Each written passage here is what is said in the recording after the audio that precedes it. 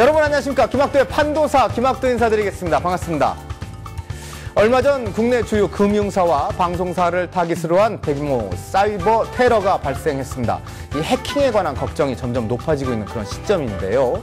재작년에는 무려 3,500만 명에 이르는 사람들의 정보가 유출되는 초유의 사태가 발생하기도 했었습니다. 컴퓨터, 가만 보면 우리 생활을 이롭게 하는 그런 부분이 분명히 있지만은 정보 유출이나 금전 피해 같은 부작용 또한 있는 것 같습니다. 자, 오늘은 해킹 전문가로 소개를 해야 될까요? 해커 현병수 씨와 그리고 해킹녀 차현주 씨 모시고 자세한 얘기 나눠보도록 하겠습니다. 안녕하십니까? 네, 안녕하세요. 네. 네. 차현주 씨, 일단 제 마음을 좀 해킹해 주시죠. 굳이 해킹해야 하나요? 네, 저는 개인정보 너무 지켜드리고 싶습니다. 아, 개인정보 지켜준다는 말. 멘트 깔끔하네요. 우리 현병수 씨는 주변에 해킹을 당했다는 사람들이나 본인이 해킹에 관한 그런 경험이 있으신지 모르겠어요. 제가 직접 있죠. 너무나도 이거 가슴 아픈 기억인데 한 2억 정도를 날렸어요. 정말 열심히 먹을 거 안 먹고 입을 거 안 입고 정말 2년여를 정말 열심히 벌었거든요. 네. 밤잠 새가면서. 그 얘기 저도 들어본 경험이 있습니다. 밤새서 정말 그 2억을 벌었잖아요. 그렇죠. PC방에서 게임머니 아니에요? 그렇죠. 사이버머니. 네, 굉장히 그렇죠? 부자였거든요. 네. 그래서 현타짜로 제가 불렸는데 그걸 날렸어요. 잘 날렸네요. 그래서 네. 결국 끊으셨죠?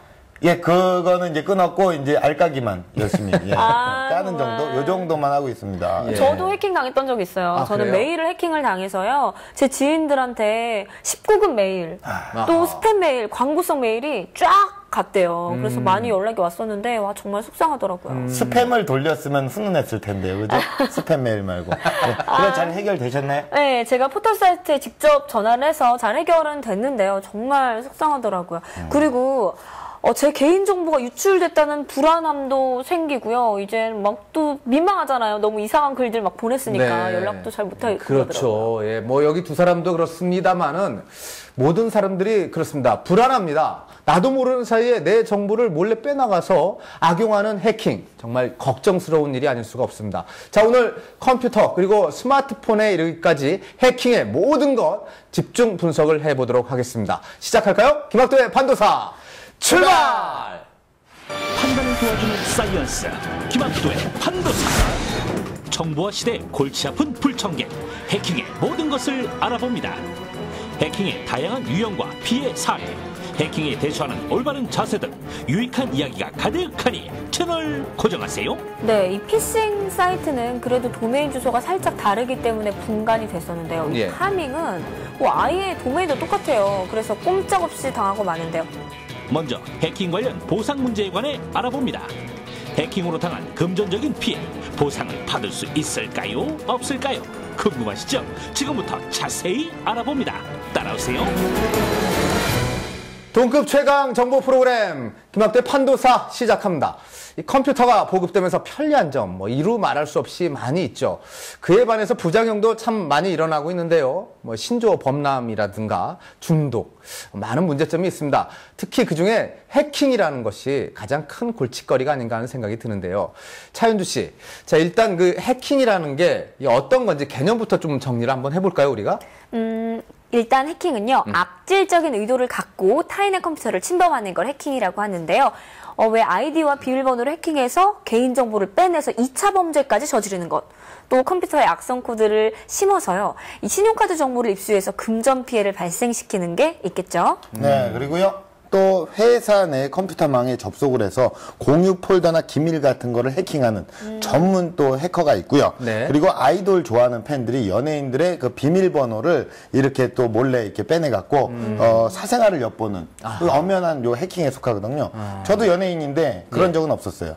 그래. 이해가 가네요. 예, 현병수 씨도 아이돌입니까? 그렇죠. 저도 나름 아이돌이죠. 아이가 돌 됐죠. 그래서 아이돌. 네. 네. 참 농담도 잘하셔. 네. 네. 아무튼 주민등록번호나 집 주소, 전화번호 이거 정말 중요한 거 아닙니까? 다른 사람의 손에 넘어가는 것도 불쾌한데 금전 손실 같은 2차 피해를 몰고 올 수 있다는 거 정말 아찔한 일이 아닐 수가 없습니다.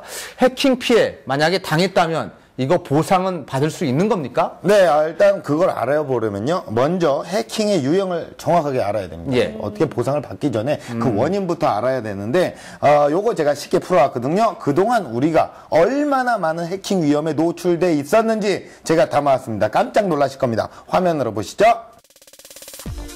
정보와 사회에 유익한 도구가 되는 컴퓨터와 각종 스마트폰. 잘못하면 소중한 정보가 유출돼 프라이버시 침해를 받거나 심각한 손실이 발생할 수 있습니다. 그 이유는 바로 무시무시한 해킹 때문인데요. 최근 국제 해커 조직 어나니머스는 우리 민족끼리와 민족통신 등 5개의 북한 사이트를 해킹했다고 알리며 사이버 전쟁을 선포했고요. 지난 3월 20일 은행과 기업 방송국까지 모든 전산망이 마비되는 일명 320 사이버 테러가 발생, 대규모 해킹 공격이 이뤄지기도 했었죠. 날로 늘어가는 해킹 피해와 수법, 우리도 피해갈 수 없습니다. 아차 하는 순간 너도 나도 정보의 바다 인터넷에서 해커들의 먹잇감이 되고 말 텐데요. 컴퓨터의 해적, 해커들에게 낚이지 않으려면 해킹이 어떻게 되고 있는지부터 알아야겠죠. 이곳은 종로에 위치한 한 IT 교육센터. 강력한 인간 방패, 해킹 보안 전문가 신기화 선생님을 소개합니다. 이것을 조심하지 않으면 해커들의 손쉬운 먹잇감이 될 수 있는데요. 첫 번째는 바로 가짜 사이트입니다. 지금은 파밍주의보, 가짜 사이트를 이용한 파밍 수법, 여기에 낚이는 순간 내 개인정보는 무사할 수 없는데요. 언론에 많이 노출됐던 피싱이라는 기법이 있는데, 그 기법 같은 경우는 이제 메일을 수신을 했다든가 이렇게 했을 때 이제 주소가 접속을 해보면 조금씩 다릅니다. 그런데 이제 요즘 이제 많이 대두가 되는 이제 파밍 같은 경우는 도메인 주소가 똑같이 나오기 때문에 구별이 자체가 불가능하죠. 그냥 아무 방심할 수밖에 없죠. 똑같이 생겼으니까. 그래서 그냥 접속한 사이트가 내가 접속하던 그 정상적인 사이트구나 라고 생각을 하고, 그 개인정보라든지 이런 것들을 쉽게 말하면 아이디 패스워드 이런 것들을 그냥 아무 의심 없이 집어넣다 보니까 나도 모르는 사이에 내 개인정보가 다 유출돼 버려서 각종 이제 2차 피해에 굉장히 많이 악용되죠. 이것이 바로 해커가 변주한 한 포털 사이트의 가짜 사이트입니다. 진짜 사이트와 비교해보면요, 웬만한 눈썰미를 가졌다고 한들 어린 반푼어치도 없습니다. 진짜보다 더 진짜 같은 가짜 사이트! 판도사 제작진, 가짜 사이트에 낚여 아이디와 패스워드를 입력했는데요. 어라? 제작진의 머릿속에 지우개가 있나요? 정확히 입력한 거 맞죠? 다시 한번 로그인을 시도하는 제작진. 그럼 그렇지, 제대로 로그인이 됐습니다. 하지만 판도사 제작진의 개인정보는 이미 해커의 소나기로 들어갔다는 거.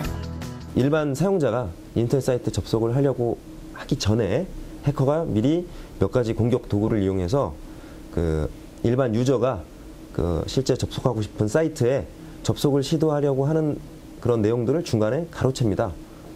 그게 이제 실제로는 해커가 만든 웹서버로, 웹사이트로 그 아이디 패스워드가 전송이 된 거라 바로 그냥 저장시켜놓고 그 다음에 이제 의심을 받을 수 있기 때문에 정상적으로 보였는데 로그인도 안 되고 아무런 내용이 안 뜨면 의심받을 수 있으니까 그 다음에 이제 어떻게 하냐면 2차 공격으로 정상적으로 아이디 패스워드를 받았음에도 불구하고 패스워드가 틀렸다라고 이제 경고창 한번 띄우고 그런 식으로 그 다음에 내가 잘못 입력했구나, 실수했구나라고 그냥 무심코 넘어갈 수 있게 이렇게 한 다음에 그 다음에 이제 다시 실제 사이트로 다시 접속을 시켜주는 이제 그런 기술 적용하죠.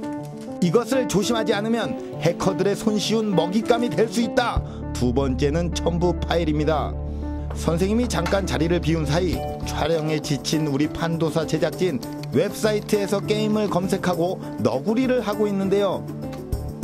어린 시절 동네 오락실의 향수를 느끼던 찰나 어잉? 화면이 꺼져버렸습니다. 제작진의 죄라면 너구리와 함께한 죄밖에 없는데 컴퓨터가 왜 이렇게 된 거죠, 선생님?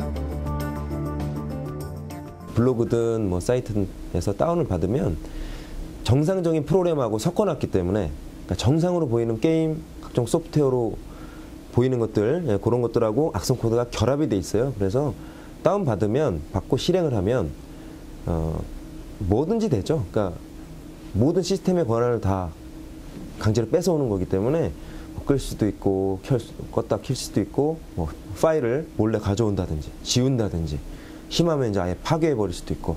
블로그나 웹사이트의 불법 첨부 파일과 함께 조심해야 할 것이 있는데요. 바로 영화 P2P 사이트입니다. 절찬리 극장에서 상영 중인 인기 영화 P2P 사이트에서 무료로 다운로드를 받을 수 있다는데요.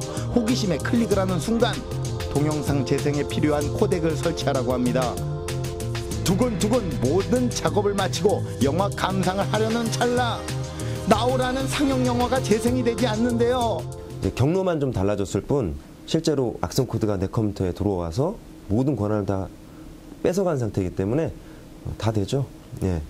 모든 파일들, 그러니까 이제 뭐 개인적으로 찍은 사진, 동영상, 그다음에 뭐 일기장이 될 수도 있고요.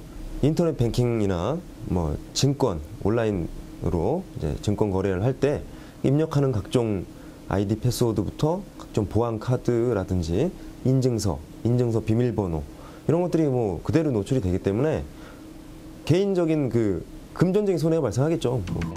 해커들의 손으로 넘어간 우리의 개인정보들. 해킹은 단순히 개인정보 유출을 넘어 금융사기로 인해 손실을 보는 등 제2의 피해가 발생할 수 있는데요. 미국의 해킹 피해액은 지난 5년간 100억 달러를 웃돌고요. 지난 2009년 한국에서 일어난 77 디도스 대란 해킹 사건으로 약 500억 원이 넘는 피해액이 발생했습니다. 나도 모르는 사이 빠져나간 개인정보 해킹, 과연 보상은 받을 수 있는 걸까요? 네, 이 판도사 제작진들 정보 다 날라갔어요. 취재열이 뭐 좋지만은 개인정보는 좀 지켜가면서 해야 되지 않나 하는 그런 생각도 들었습니다.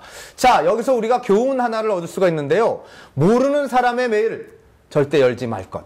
무분별한 다운, 이거 금지라는 것. 네, 그리고 그렇죠? 우리가 또 이렇게 컴퓨터로 다시 보기 이런 거 많이 하시잖아요. 네. 그런 것도 일단 안심할 수가 없다는 점 말씀드립니다.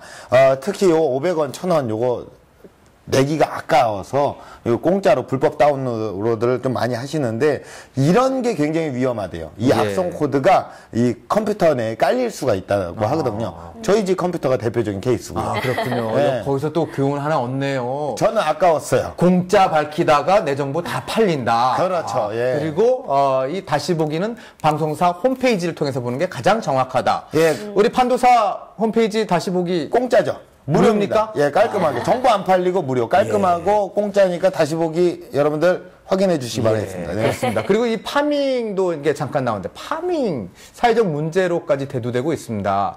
비교샷을 보니까는 정말 분간이 안 되는데요. 그렇죠? 네, 이 피싱 사이트는 그래도 도메인 주소가 살짝 다르기 때문에 분간이 됐었는데요. 이 예. 파밍은 뭐 아예 도메인도 똑같아요. 그래서 꼼짝없이 당하고 마는데요. 로그인 잘 안 되거나 다시 로그인을 해달라는 말이 계속 뜨면 일단은 접속을 중단하는 거죠. 나중에 접속하는 게 좋다고 합니다. 네, 요즘엔 또 파밍, 스미싱을 지나서 큐싱이라는 게 굉장히 또 속을 썩인다고 합니다. 네. QR코드 아시죠? QR코드, 예. 2차원 바코드. 예. 네, 그걸 통해서 정보를 또 캐내가거나 아예 QR코드 안에 악성 코드를 심는다고 하는데요. 일단은 여러분들이 주의하시기 바라겠습니다. 네, 알겠습니다. 이게 자고 일어나면 신종 사기, 신종 해킹 진짜 머리가 아픕니다. 그렇죠? 예. 네. 신종 해킹이 발생했을 때의 문제점은요. 특별한 보상이나 대책이 마련되어 있지 않다는 거. 이거 그래서 지금부터는요. 보상 문제를 한번 짚어보도록 하겠습니다. 우리 차현주 씨가 준비했죠? 네, 정말 많은 분들이 궁금해 하실 텐데요. 누군가가 내 정보를 빼내간 걸 알았을 때 과연 보상받을 수 있을까요? 있다면 어느 정도 선일까요? 지금부터 알려드립니다. 인터넷 바다의 해적, 해커들의 무분별한 낚시질, 개인뿐만 아니라 사회가 위험에 빠졌다. 우리나라의 정보통신 발전과 정보화는 세계 최고의 수준이죠. 하지만 해커에 대처하는 자세는 어떨까요? 해킹으로 유출된 개인정보, 과연 보상받을 수 있을까요? 지난 2011년 한 커뮤니케이션 사이트는 중국발로 추정되는 해킹을 당했는데요. 이때 무려 3,500만 명의 개인정보가 유출돼 뜨거운 논쟁거리가 됐습니다. 개인정보가 유출된 일부 회원들은 집단으로 소송을 하기도 했는데요. 지난 2월 15일 일부 회원들이 낸 집단 소송에서 법원이 원고 일부 승소 판결을 내려서 화제가 됐습니다. 피해자가 승소하려면 개인정보를 유출한 기업이 어떤 잘못을 저질렀는가 입증을 해야 되는데요. 기존 소송에서는 법령 위반이다 이렇게 애매하게 주장했다면 저희들은 구체적으로 뭐 로그아웃을 하지 않고 퇴근했다 또는 뭐 기업용 알집과 달리 무료 공개한 알집은 법원에 취약하다는 식으로 구체적으로 입증을 했습니다. 구체적으로 입증한 점이 승소의 결정적이었던 것 같습니다.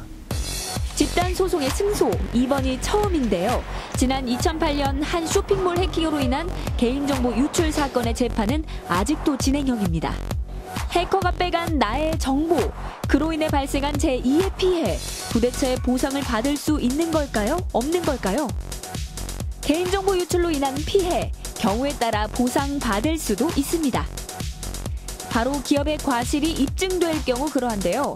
개인정보를 보유한 기업은 해킹을 당하지 않도록 주의할 의무가 있습니다. 이름하여 정보통신망법을 준수해야 하는 건데요. 기업이 지켜야 될 보안사항은 법령상 제정되어 있는데요. 구체적으로 이제 관리적, 기술적 보안 조치라고 되어 있습니다. 그 내용은 이제 내부 관리 계획의 수립 및 시행 또는 개인정보 암호화, 접근 통제, 악성 프로그램의 방지 등을 내용으로 하고 있는데요. 기업들이 이러한 내용을 준수해야만 실제로 개인정보 유출이 있더라도 자신의 과실이 없다고 주장할 수 있는 것입니다. 그렇습니다. 지난 2007년 한 은행에서는요, 고객들에게 복권 구매 안내 메일을 보내는 과정에서 고객 명단을 파일로 첨부해 발송하는 실수를 범했는데요. 서울고등법원은 이 은행에게 개인정보를 유출한 책임을 물어 피해 고객 1,026명에게 20만 원씩 배상하라고 주문한 사례가 있습니다. 혹시 해킹 보험이라는 말 들어보셨나요? 정확히 말해 개인정보 누출 배상 책임보험에 가입된 기업에서 해킹으로 인해 개인정보가 유출됐다면 보상을 받을 수 있습니다. 하지만 이 해킹보험에 가입한 기업은 극소수인데요. 해킹보험을 들어야 되는 대상은 뭐 금융사 또는 통신사, 게임사 등 개인정보를 보유한 기업인데요. 이 보험으로 인해서 이제 보상을 받은 예로는 2011년도에 게임사가 한 3억 원 정도 한 번 있었고요. 금년 초에 금융사가 한 120만 원 정도 사례가 있었는데 그 외에는 사례가 없는 것으로 보입니다. 최근에 이제 320 사이버 테러 등을 기점으로 해서 관심은 높아지고 있습니다만은 아직까지 이 보험을 이용한 기업은 극히 드문 것으로 보입니다. 그렇습니다. 개인정보 유출로 인한 피해, 보상받을 수 없는 경우가 다반사인데요. 기업 일반인을 막론하고 막무가내로 해킹을 일삼는 이들, 국가 안보에도 중대한 위협을 끼치는 존재. 바로 중국발 해커에 의해 해킹을 당했다면 보상을 받지 못할 경우가 큽니다. 우리나라에서 발생하고 있는 그 대부분의 해킹 사고는 실제로 이제 중국발 IP를 이용하고 있기 때문에 우리나라의 어떤 경찰권이 미치지 않습니다. 그리고 이제 중국 공안도 협조를 해주지 않기 때문에 실제 수사를 진행하는 데 많은 애를 먹고요. 그리고 이제 그 해킹 범죄자가 잡혀야만 구체적인 정황이 나오고 구체적인 정황이 나와야만 법원이 판단을 하게 되는데 그러한 정황이 나오지 않기 때문에 실제로 피해가 있다 하더라도 기업의 과실을 입증하는 게 쉽지 않은 게 현실입니다. 해킹으로 인한 피해 중 하나, 게임머니를 꼽을 수 있는데요. 게임 이용자가 제3자에게 아이디를 제공하고 비밀번호를 제공한 결과 제3자가 이용자 몰래 게임머니를 가져갔다면 이것은 보상을 받을 수 없습니다. 하지만 제3자에게 개인정보를 제공하지 않았지만요. 정보 유출로 인한 손실이 발생했을 경우라도 중국 IP로 인한 해킹이라면 보상받을 수 있는 확률은 낮아집니다. 그 해킹에 의한 개인정보 유출의 경우에 피해 보상을 받은 케이스는 이번에 네이트 관련 소송밖에 없는데요. 이렇게 이제 해킹 사고에서 개인정보 유출이 있더라도 피해 보상을 받지 못하는 근본적인 이유는 중국에서 활동하고 있는 해커를 잡지 못했고 해커를 잡지 못하니까 구체적으로 기업이 어떤 방어 활동을 했고 어떠한 보안 활동을 했는지 밝히기가 어렵습니다. 그래서 이러한 점을 밝히지 못하기 때문에 법원은 기업이 과실이 있는지 없는지를 판단해 줄 수 없는 것이죠. 그래서 피해 보상이 실제로 굉장히 어렵고 또 전문적인 영역이라서 일반인이 접근하기 좀 어려운 부분도 하나의 원인이 되고 있습니다. 투명한 정보화 사회를 흐리는 무서운 해킹. 무엇보다 안전한 컴퓨터 사용과 해커들의 먹잇감이 되지 않는 예방법이 중요할 것입니다. 아하, 개인정보 유출로 인한 이 피해는 구체적인 입증이 어렵기 때문에 보상받기가 거의 힘들다. 이렇게 얘기를 하시네요. 하지만 기업이나 상대 과실이 확실하다는 뭐 증거가 있을 때는 보상을 받을 수가 있다. 뭐 이렇게 결론이 나온 거로 보면 되겠습니다. 네, 지금 이 영상에서 보신 사례는요, 기업이 로그아웃을 제대로 안 하고 퇴근을 했다, 또는 내 정보 관리를 소홀히 했다, 이런 잘못이 구체적으로 입증이 돼서 원고 일부 승소 판결이 났던 건데요. 하지만 나머지 수많은 사례들 있잖아요. 그건요, 기업의 잘못이라는 증거나 구체적인 입증이 어려우니까요. 보상이 사실상은 어렵다는 거죠. 예. 네, 솔직히 우리는 뭐 기업의 CEO도 아니고 기업도 기업이 있지만 우리는 또 개인이잖아요. 그렇죠. 우리 정보를 빼내간 해커들을 이게 응징하고 싶은 마음은 굴뚝 같습니다. 맞아요. 도둑이잖아요, 도둑. 맞아요. 예? 도둑 잡아야 될 거 아니에요. 잡아야죠. 그렇죠. 예. 하지만 이 외국 IP라서 추적이 불가능하거나 중국발 해커 소행이라서 이게 잡는 게 어렵다고 하니까 이게 참 안타까운 일이 아닐 수가 없습니다. 해커들 처벌에 관한 법 조항이 또 따로 있습니까? 그럼요. 이 IP 추적이 가능하다거나 아니면은 국내 체류 중이라든지 해서 잡을 수 있는 사람들은 당연히 우리 사이버 수사대가 잡는데요. 법 이야기는 있잖아요. 이거는 우리 병수 씨가 네. 법학 공부하셨잖아요. 그렇죠? 맞아요. 제가 법학도죠. 복수할게요. 법학 전공한 법학도죠. 예. 우리 판도사에는 김학도도 있고 법학도도 있습니다.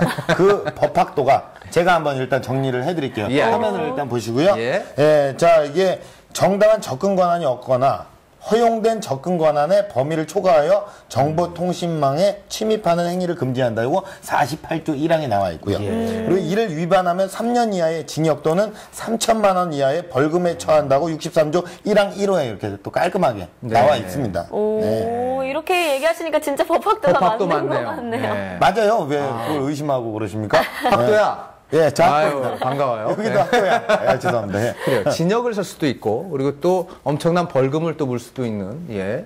해킹. 이거 위험한 겁니다. 혹시 TV를 보시는 해커분들이 계시다면 지금이라도 마음 잡으시길 바라겠습니다. 우리는 여러분들이 가시밭길 가기를 원치 않습니다. 자, 이제 우리 당하는 우리 입장에서는 이게 예방을 좀 잘 해야 되겠다는 생각이 들어요. 네. 그렇죠? 예, 일단- 예방책이 있습니까? 네, 있어요. 일단은 이제 무조건 이게 클릭을 무조건 이게 하고 보는 그 버릇을 고쳐야 돼요.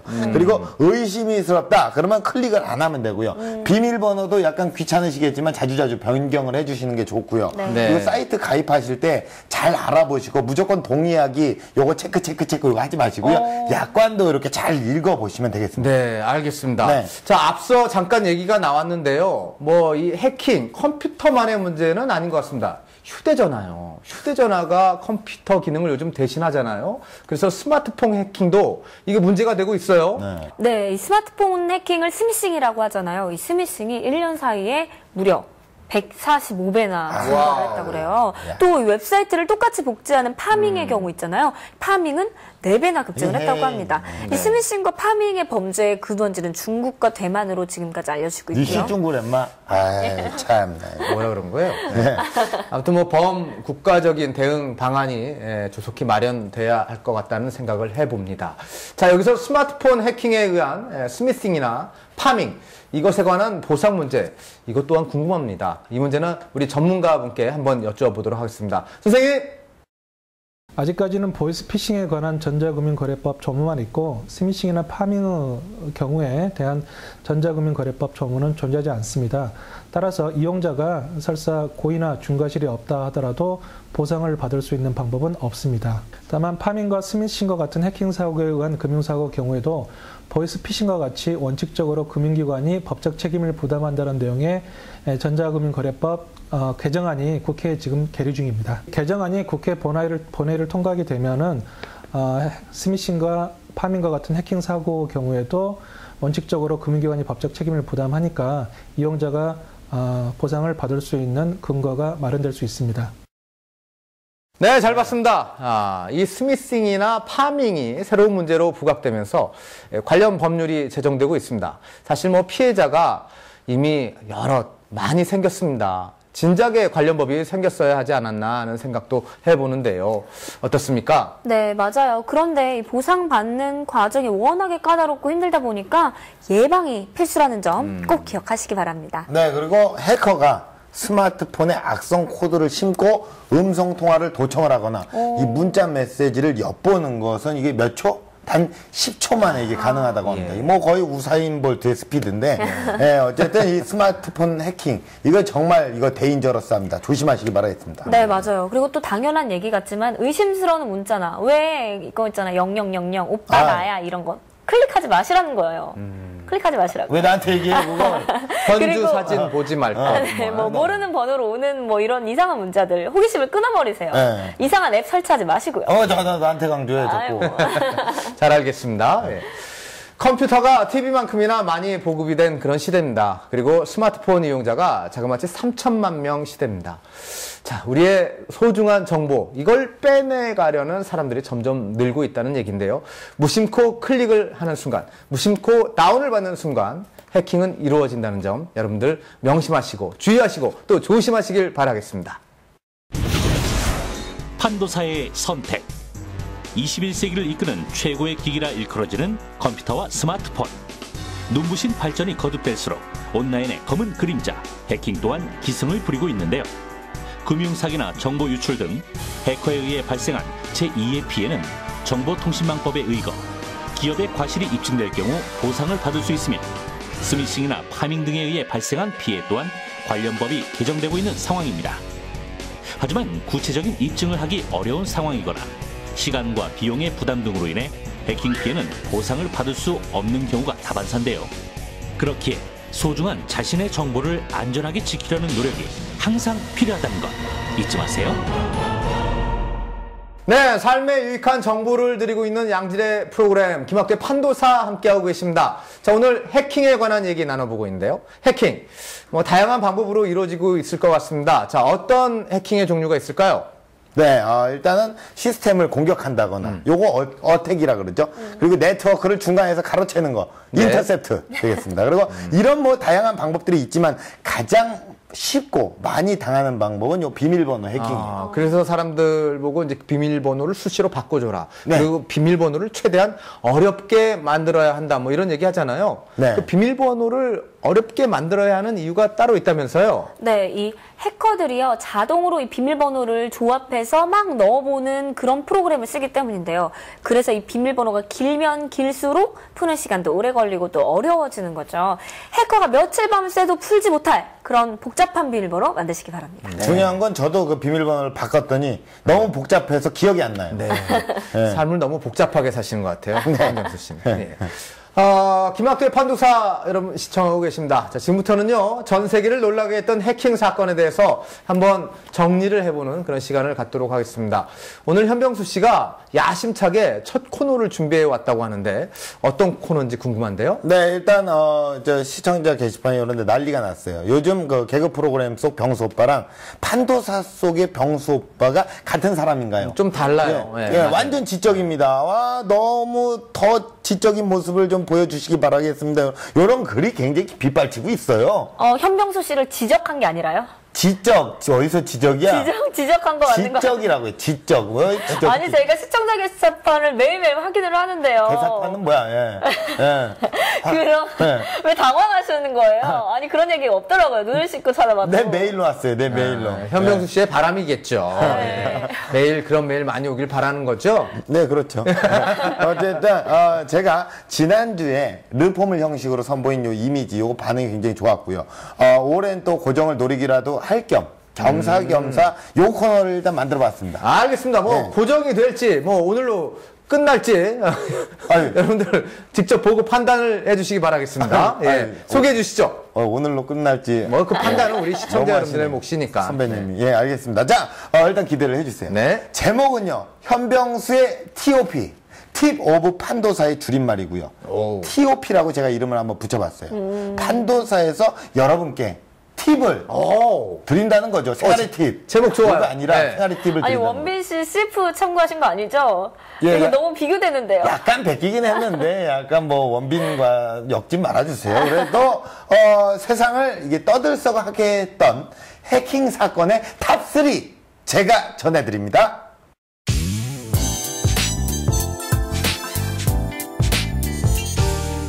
와, 드디어 제가 단독 코너를 갖게 됐습니다. 앞으로 이 시간을 더욱 주목해 주세요. 일반 정보가 그냥 커피라면 판도사 정보는 TOP, 팁 오브 판도사. 야, 현병수의 TOP. 오늘 이 시간에는요, 해킹의 유래가 된 사건부터 최근 일어난 해킹의 사건, 외국의 사례까지 굵직한 해킹 사건을 되돌아보는 시간을 가지려고 합니다. 그 유래에 대해서 먼저 만나보도록 하자! 먼저 해킹의 어원에 대해 알아보겠습니다. 1960년 미국 매사추세츠 공과대학교의 인공지능을 연구하는 학생들 사이에서는 대학교 소유의 컴퓨터를 분석해 암호를 바꿔놓는 것이 단순한 장난이었다고 하는데요. 이 행위를 해킹, 자신들은 행위를 하는 사람이라는 해커로 불렀다고 합니다. 정보화 시대에 접어들면서 정보는 중요한 재산이 됐고 이제는 단순한 장난이 아닌 범죄로도 볼 수 있는데요. 국내 최초의 해킹 일화는 그 위험성에 대해 경종을 울린 사건입니다. 1996년 4월 6일 포항공대 전자시스템이 마비된 사건이었는데요. 이는 당시 포항공대와 라이벌이었던 카이스트 학생들의 해킹 공격으로 밝혀졌습니다. 검찰은 단순한 장난으로 여기기에는 이들의 죄질이 나쁘다고 판단해 일부를 구속했는데요. 이 사건은 해킹에 대한 경각심을 일으킨 계기가 되었습니다. 야, 해킹이 장난에서 시작됐다는 거 정말 놀라운데요. 장난으로 던진 돌에 개구리는 맞아 죽는다, 이런 말도 있지 않습니까? 장난 함부로 치지 마세요. 해킹은 단순히 개인정보 유출뿐 아니라 국가 안보에 위협이 될 수 있다는 사실, 이번에는요 세간을 떠들썩하게 했던 해킹 사건에 대해 조명해 보겠습니다. 디도스, 분산 서비스 거부 공격은 여러 대의 컴퓨터를 일제히 동작하게 하여 특정 사이트를 공격하는 방식을 말합니다.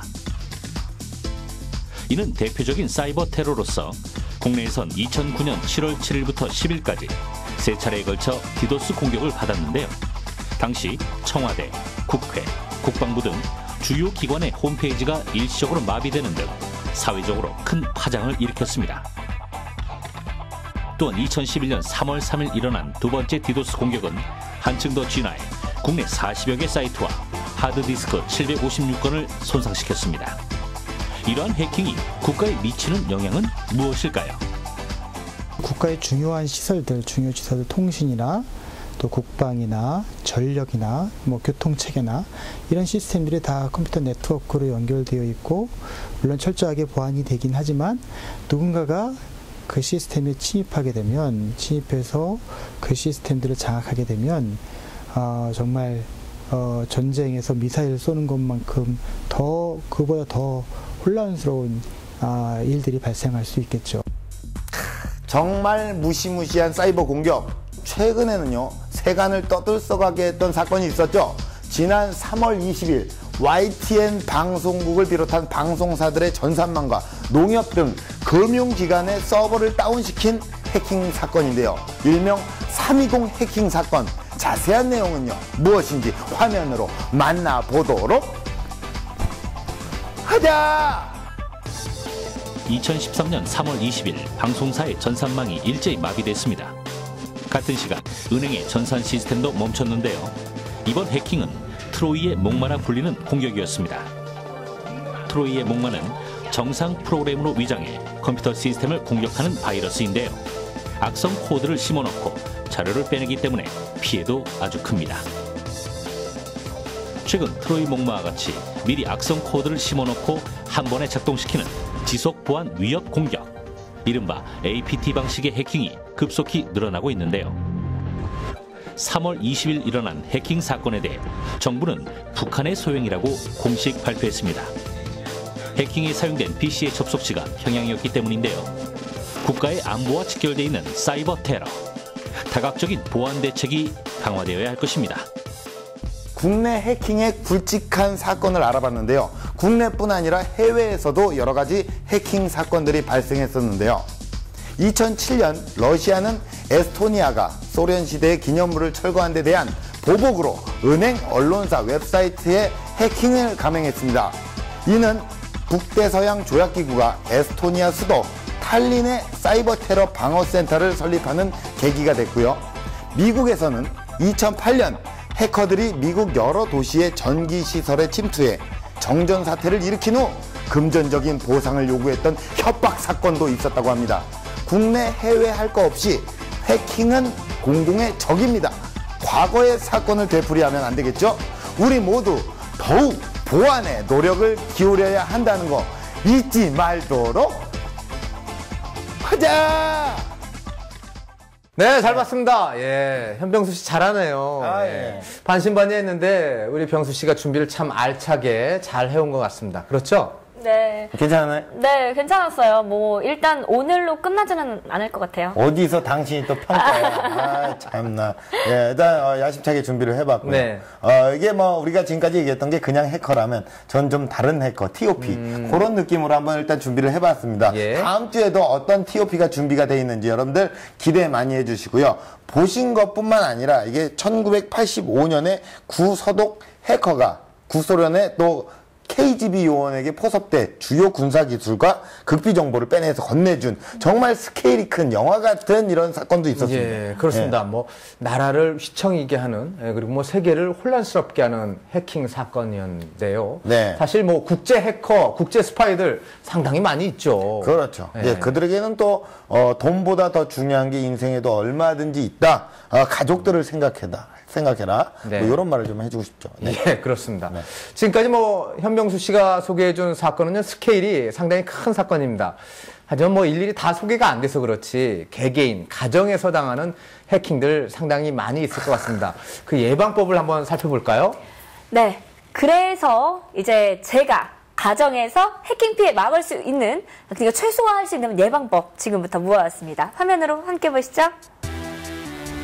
해킹으로부터 내 컴퓨터를 안전하게 지키는 방법은? 보안에 대한 모든 것을 알기 위해 한 대학교의 해킹 보안과를 찾아갔습니다. 전문 정보보호업체에서 사용하는 보안 시스템을 똑같이 들여놓은 이곳 정보보호센터에서 수업이 진행되는데요. 관제센터와 서버실, 기계실 등으로 구분되어 있습니다. 어떤 수업을 받고 있는 건지 궁금한데요. 웹 해킹 쪽과 네트워크 해킹 쪽, 그다음에 이제 보안 프로그램 쪽 이런 부분들을 이제 학습하고 있습니다. 우리나라는 전 세계 195개국 중 7번째로 디도스 등의 사이버 공격을 많이 받는 것으로 조사됐는데요. 때문에 보안 전문가를 양성하는 것이 무엇보다 중요합니다. 해킹 보안과의 교육 과정은 무엇인가요? 보안 전문가 또 화이트 해커를 양성하기 위한 학과입니다. 그래서 보안을 공부하기 위한 또 해킹을 방어하기 위한 이런 이 기본적인 컴퓨터 공학과에서 배우는 네트워크, 컴퓨터 프로그래밍, 각종 운영 체제 이런 것들을 먼저 공부하고 그리고 해킹하는 방법들을 또 방어를 위해서 공부합니다. 지금 친구들 몰래 디도스 어택 해킹 공격을 날리고 있어요. 실제 상황을 방불케 하는 모의 해킹 공격이 진행됐습니다. 관제센터에서 사이버 공격이 감지되면 곧바로 분석을 시작하는데요. 다수의 컴퓨터가 일제히 특정 사이트에 접속해 해킹하는 디도스 공격. 해킹이 감지되자 가장 먼저 인터넷 서버가 마비됐습니다. 분주한 학생들의 손. 보안 프로그램을 신속히 가동합니다. 트래픽들의 증가량들을 확인하고 그 증가량이 저희 적정 수준을 넘어선다 싶으면은 이제 그거에 대한 IP를 추적해서 그 IP를 아예 차단을 시켜버립니다. 지금 모의 실험을 하고 있는데 지금 찾을 수 있을 것 같아요? 예, 충분히 찾을 수 있습니다. 컴퓨터마다 고유한 인터넷 주소 IP. 나라별, 지역별로 주소의 숫자가 달라 근원지를 유추해낼 수 있는데요. 공격자의 IP가 추적 시스템의 결과와 일치했습니다. 스마트폰이나 개인 PC 사용자들은 미리 해킹을 예방하는 것이 중요하고요. 간단한 방법으로도 해킹을 예방할 수 있습니다. 내 컴퓨터는 내가 지킨다. 집에서 할 수 있는 해킹 예방법을 공개합니다. 첫 번째, 악성 코드 감염 예방을 위해서는 백신 프로그램을 설치하고 꾸준히 검사하는 것이 중요합니다. 하루 한 번 꼭 실행하여 불필요한 파일은 삭제해주세요. 백신 프로그램 사용 시 주의사항도 있다고 하는데요. 반드시 잘 알려져 있는 회사의 정품을 사용해야 되는 것이 가장 중요합니다. 왜냐하면 그런 백신 프로그램을 가장해서 결제를 유도하거나 또 오히려 개인 정보를 빼내가는 그런 스파이웨어용 프로그램들도 많이 있기 때문에 정품을 사용하는 것이 맞고요. 빨리 업데이트를 시켜야 최근에 발생한 그런 공격들까지도 방어할 수 있습니다. 두 번째는 개인 소유의 계정과 메일의 비밀번호를 자주 변경하는 건데요. 매번 외우기도 힘든 비밀번호, 특별한 방법이 있다고 합니다. 숫자만 사용하는 것은 별로 안 좋고요. 문자와 숫자, 특수 문자의 조합으로 만드는 것이 좋고요. 가장 좋은 방법은 이제 문장을 하나 만드는 겁니다. 예를 들면 뭐 YTN, 판도사, 뭐 최고 이런 각각의 그 초성을 따가지고 문자를 만든 다음에 거기에 연도와 뭐 월을 합한 그 숫자를 뒤에 붙이고 그 뒤에다가 뭐 특수 문자를 하나 넣는다. 이렇게 해서 8자리 이상을 만들면 기억하기도 쉽고 또 자기만의 어떤 패스워드이기 때문에 다른 사람이 쉽게 유추할 수 없겠죠. 인터넷에서 검증되지 않은 자료를 함부로 다운로드 받지 않는 것과 자신의 개인 정보가 포함된 데이터를 인터넷상에 저장하지 않는 것도 중요합니다. 주의사항은 또 있는데요. 무선 공유기를 통해 가지고 다른 사용자가 그 네트워크 시스템으로 침입해 들어올 수 있기 때문에 사용하지 않는 그런 무선 공유기는 반드시 꺼놓는 것이 바람직합니다. 판도사에서 드리는 또 하나의 팁, 정보보호 알림이 서비스인데요. 한국인터넷진흥원과 이동통신사가 공동으로 제공하는 서비스입니다. 스마트폰 해킹, 바이러스의 위험과 사고 발생 시 대처 방법을 문자 메시지로 받아볼 수 있습니다. 해킹을 막는 것이 개인 정보를 보호하는 유일한 길입니다. 내 컴퓨터를 지키는 해킹 예방법, 오늘부터 실천해보세요. 네, 와이파이 이거 사용 안 할 때는 꺼둬야 되는 거군요. 보통 사람들 여기까지 뭐 신경 안 쓰는데, 그렇죠? 네. 이 외부 침입자가 그 와이파이를 통해서 들어올 수 있거든요. 네. 그리고 출처가 불분명한 와이파이도 연결하면 안 된다고 합니다. 네, 그리고 요즘에는요, 본인 인증을 해야 또 비밀번호를 바꿀 수가 있어요. 네. 본인 인증을 하셔야 됩니다. 그럴 때는 이제 전화나 공인인증서로 하시는 게 좋아요. 그게 깔끔한데 이메일로 인증하기, 이메일 주소로 인증하기 이런 건요 하지 말아주세요. 예. 해커들이요 자기 마음대로 멋대로 할 수가 있어요. 인증을. 네, 그러니까 그렇습니다. 이건 자제해 주시기 바라겠습니다. 그리고 공인인증서 같은 경우에는 되도록이면 외장 하드에 보관하는 거. 이게 이제 악성 바이러스가 컴퓨터에 침입할 가능성이 있기 때문에 그렇다고 합니다. 자, 이렇게 오늘 해킹에 관해서 알아봤는데요. 우리 현병수 씨가 조금 전에 TOP 말씀해 주셨잖아요. 이번에는 VIP 시간입니다. Very important point. 자, 한 분씩 좀 짚어주시죠. 네, 먼저 차현주의 베리 임포턴트 포인트. 네, 신종 스미싱 하나 알려드릴게요. 요즘 아파트나 오피스텔 생활 많이들 하시잖아요. 뭐 수도세가 체납됐네, 뭐 관리비를 안 냈네, 이런 관리사무소를 빙자한 문자가 그렇게 온대요. 그걸 클릭하는 순간 어떻게 되겠어요? 정보 다 빠져나가겠죠? 네. 조심하시기 바랍니다. 좋은 포인트였어요. 네, 나쁜 사람 요즘 너무 많아요. 네, 저도 임포턴트 포인트 갑니다. 전자결제 시스템을요 사용을 하신다면 이 방화벽을 치시기 바랍니다. 방화벽은 원치 않는 접속 정보가 컴퓨터에 들어올 때 해당 접속 루트를 아예 차단해버리는 기능이 있거든요. 예, 요거 백신 업체에 가면요 다운받을 수가 있습니다. 네, 좋은 정보 감사합니다. 예. 김학도의 판도사 마칠 시간입니다. 보상을 못 받는다 하더라도 2차 해킹 피해를 막기 위해서는 일단 신고는 꼭 해둬야 될 것 같습니다. 그리고 비밀번호 수시로 변경하는 것 여러분 잊지 마시길 바라겠습니다. 저희 김학도의 판도사는 아이디 패스워드 따로 없습니다. 여러분들의 관심과 애정이 아이디이자 패스워드입니다. 다음 주에 다시 인사드리겠습니다. 여러분 안녕히 계십시오. 판도사의 결론. 50여 년 전 컴퓨터를 분석해 암호를 바꾸던 단순한 장난에서 시작된 해킹. 오늘날 국가 주요 시설이나 교통체계 등을 흐트리며 시스템 장애, 기밀 유출, 금전 피해 등의 어마어마한 피해를 낳는 국제적인 골칫거리로 떠올랐습니다. 해커의 공격에서 소중한 내 정보를 지키려면 출처 불명의 파일을 클릭하거나 다운로드 받는 일은 삼가고 정품 백신 프로그램을 설치하고 꾸준히 검사, 치료하는 게 중요합니다. 그리고 숫자와 문자를 조합한 다소 복잡한 비밀번호를 만들어 자주 바꿔가며 사용하는 것도 필요합니다. 전 세계 195개국 중 7번째로 사이버 공격을 많이 받는다는 우리나라. 소중한 개인정보를 지키기 위한 적극적인 노력이 해킹 피해를 최소화할 수 있는 것임을 항상 기억하세요. 라면에 방부제가 들어 있을까 없을까라는 주제예요. 있지 않을까요? 방부제? 라면 많이 먹지 말라 그러니까. 라면은 방부제가 없대요. 아 진짜요? 왜 라면 많이 먹지 말라 그러는 거지? 그런데 방부제가 없으면 저희 창고에 막 이만큼 쌓아두고 보관하잖아요. 그렇죠. 그게 이제 유통기한이 유통기한이 있으니까. 1년 정도로 제한을 두고 있는데. 근데 방부제가 없는데 1년씩이나 가요? 뭐 압축, 뭐 가공 압축했기 때문에 뭐 그런 거라고 하는데. 그렇구나. 이 라면의 방부제. 이거 공부해야겠네. 요 방부제에 대해서 우리가 방부제가 그리고 몸에 정말 안 좋은 건가? 먹으면 죽는 것처럼 회골 그려 있는 그런 것도 있잖아요. 다음 주 판도사 끊이지 않는 논란 방부제 대해부. 방부제가 들어간 식품 총정리. 방부제의 오해와 진실 등 다음 주에도 유익하고 재미난 소식이 기다리고 있습니다. 판도사 다음 주에도 꼭 찾아와 주실 거죠?